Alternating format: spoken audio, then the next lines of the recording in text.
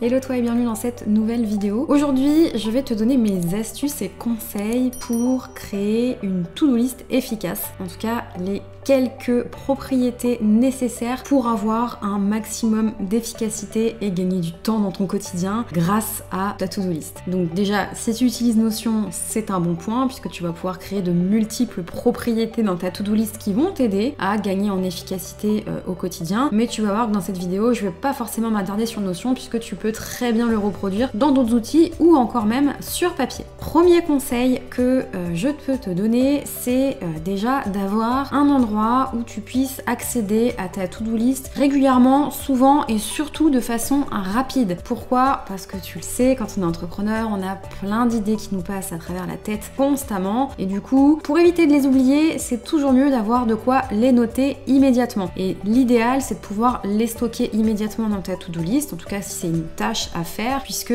si tu prends l'habitude de le noter à droite, à gauche, sur un carnet, sur un post-it, dans un coin de ton bureau, sur un petit papier volant, eh bien qu'est-ce qui va se passer? C'est que tu vas plus du tout retrouver où est-ce que tu as stocké tes tâches et ensuite pour les regrouper, c'est un vrai calvaire. Donc si tu utilises Notion, ce que je te conseille de faire, c'est éventuellement d'installer un widget sur ton téléphone, que tu sois sur Apple ou sur Android. Je vais te le mettre en haut de cette vidéo. J'avais déjà fait deux petits tutos très rapides pour te montrer comment installer un widget sur ton téléphone. En gros, c'est un lien rapide, une application qui va te permettre d'avoir un lien rapide vers l'une de tes pages Notion. Donc typiquement, je te conseille de mettre un widget avec un lien rapide vers ta to-do list pour que voilà, dès que tu as une idée qui te vient, boum, tu la stockes directement dans ta to-do list. Deuxième conseil que je peux te donner, c'est de mettre en place une routine dans laquelle tu vas revenir régulièrement sur ta to-do list pour la trier. Donc toutes ces idées que tu as mis au fil du temps dans ta to-do list de façon un peu aléatoire au fil de ta journée, eh bien c'est bien de te réserver un moment, soit l'idéal une fois par jour en fin de journée, une fois avant de quitter le boulot, eh bien tu reviens sur ta to-do list et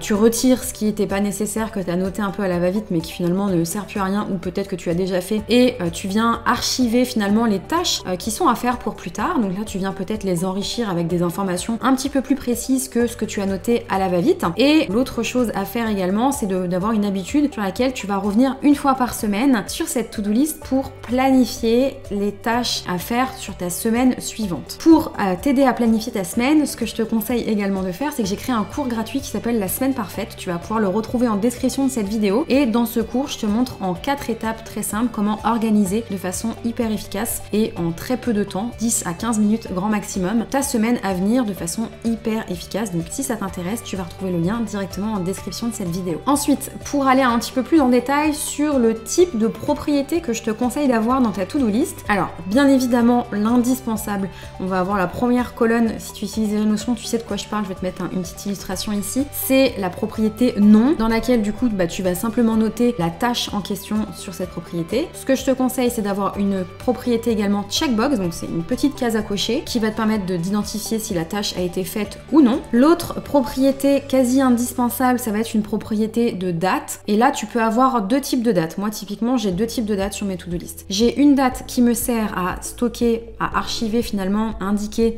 à quelle deadline je dois faire cette tâche. Donc si c'est une tâche que je dois faire plutôt la semaine prochaine, etc., ça me permet d'avoir cette indication là, est-ce que c'est quelque chose d'urgent ou pas. Et j'ai une deuxième propriété date qui me sert de due date, donc à quel moment est-ce que je dois faire cette tâche, ou en tout cas à quel moment est-ce que j'ai planifié de la faire. Donc là tout l'intérêt d'avoir une routine mise en place pour planifier tes semaines en avance, puisque du coup tu vas pouvoir te dire telle tâche je vais le faire plutôt lundi, telle tâche mardi, mercredi, etc. etc. Surtout tu auras une vue d'ensemble sur les impératifs que tu as dans la semaine et à quel moment du coup tu vas pouvoir incorporer les différentes tâches de ta to-do list pour avoir une semaine idéale. Un autre type de propriété que je te conseille également de créer, c'est une propriété plutôt cette fois-ci un select ou un multi-select qui va te servir à indiquer quelle est la priorité de cette tâche. Ce qui va te permettre quand tu vas préparer finalement la journée à venir, donc généralement en fin de journée je te conseille de toujours revoir ce que tu as à faire pour la journée suivante, et bien ça va te permettre d'identifier quelle est la tâche la plus importante, donc celle avec laquelle tu vas devoir commencer ta journée pour être sûr qu'il n'y a aucun imprévu qui va te permettre de t'empêcher de faire cette tâche. tâches. Et généralement, ce que j'aime bien conseiller, c'est d'en avoir 3 maximum, qui sont des tâches en gros qui sont importantes à faire, et essaye de les trier par ordre de priorité. Donc vraiment celle qui est hyper importante, la deuxième, la troisième. Donc ça te permet vraiment d'organiser finalement dans quel sens est-ce que tu vas devoir attaquer ta to-do list.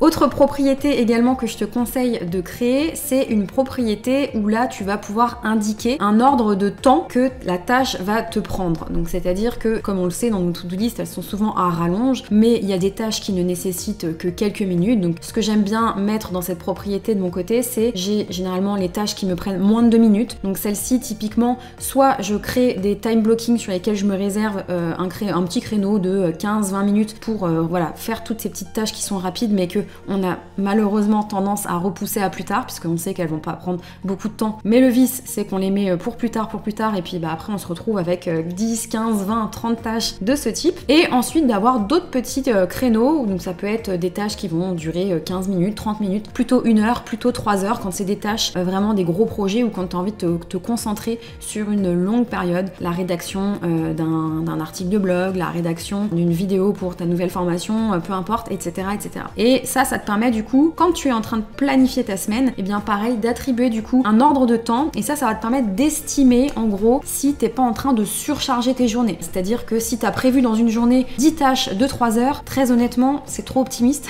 tu n'y arriveras pas. Donc autant moduler avec des tâches qui vont pouvoir être calées dans tes journées de façon réaliste et pas juste y aller au pif et du coup se sentir en fin de journée un peu déçu parce qu'on n'a pas fait tout ce qu'on avait à faire. 2 autres types de propriétés que tu peux rajouter éventuellement mais qui sont pas obligatoires, qui vont pouvoir être utiles. Moi c'est vrai que je les remplis de temps en temps mais elles sont pas systématiquement remplies. Ça peut être une propriété lien, donc si pour une tâche tu as besoin de revenir sur un site en particulier, bah là tu peux mettre un lien, un URL directement pour aller retrouver ce site de façon rapide. Et ça peut être également une propriété de fichier, donc là pareil, si tu as besoin d'une ressource en particulier, tu peux uploader le fichier dessus, ou encore mieux, tu peux avoir un lien vers ta base de données de ressources qui va te permettre du coup d'avoir toutes les ressources à disposition pour traiter cette tâche, un petit peu comme ce que je peux te le proposer du coup quand tu gères tes projets. Et enfin, dernier conseil que je peux te donner, notamment si tu utilises Notion, c'est de te créer un dashboard spécifique pour gérer en fait tes journées, donc un dashboard journalier, journée, peu importe comment tu peux l'appeler. Et dedans, c'est de faire un lien vers ta to-do list, mais cette to-do list de la filtrer uniquement avec les tâches que tu as prévu de faire sur la journée. Pourquoi je te conseille de faire ça? Tout simplement parce que, comme je te le disais en début de vidéo, une to-do list, ça a tendance à être